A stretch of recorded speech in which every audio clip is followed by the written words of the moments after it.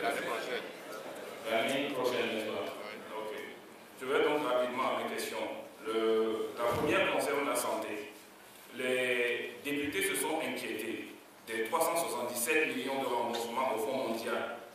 La réaction du gouvernement lors de l'étude en commission n'est pas la réponse, mais juste une répétition de ce que nous savons déjà.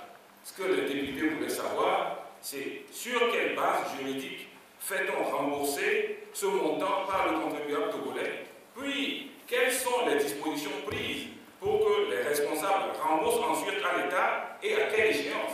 C'est ça que les députés voulaient savoir.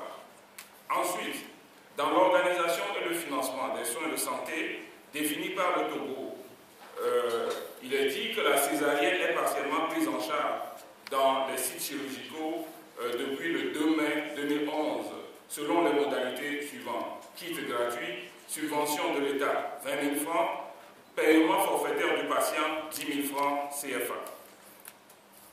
Le contribuable togolais a déboursé pour la partie État 1 milliard en 2013 et prévoit 1,2 milliard pour 2014 à cet effet. Je voudrais savoir si les 20 000 francs par césarienne sont payés à chaque centre chirurgical. Sinon, pourquoi nous allons encore accorder 1,2 milliard si l'autre n'est pas utilisé et quel usage le gouvernement va-t-il en faire?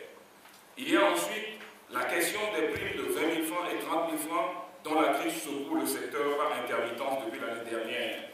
Les responsables compétents de l'État disent que c'est les hôpitaux qui doivent payer ces 20 000 francs sur le budget autonome.